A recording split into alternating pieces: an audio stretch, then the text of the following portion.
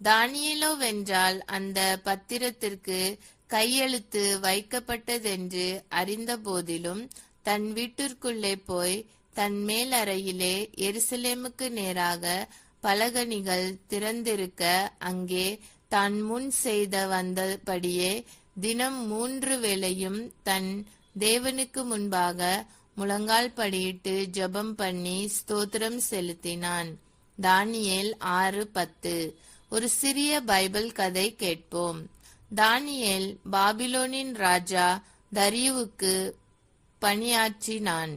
அவன் மிகவும் ஒழுக்கமாகவும் உண்மையாகவும் ஜெபத்தில் உறுதியாகவும் இருந்தான்.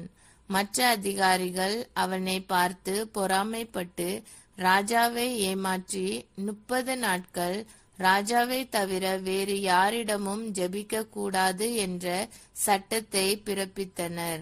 ஆனால் தானியேல் நாள்தோறும் 3 முறை ஜெபித்தான்.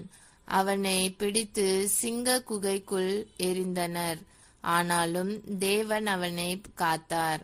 சிங்கங்கள் அவனை தொடவில்லை. மறுநாள் ராஜா அவன் உயிரோடு இருப்பதை கண்டு எல்லோரும் தானியேலின் தேவனை துதிக்கும்படி உத்தரவு கொடுத்தான். ஒழுக்கமான ஜெபமும் கீழ்ப்படிதலும் சோதனைகளில் கூட நம்மை வலிமையாக்கும். தேவன் ஒழுக்கமுள்ள வாழ்க்கையை ஆசீர்வதிக்கிறார். நாம் எல்லோரும் ஜெபிப்போம். பரலோக பிதாவே, தானியேல் போல ஒழுக்கமுள்ள வாழ்க்கையை வாழ எனக்கு உதவி செய்யும்.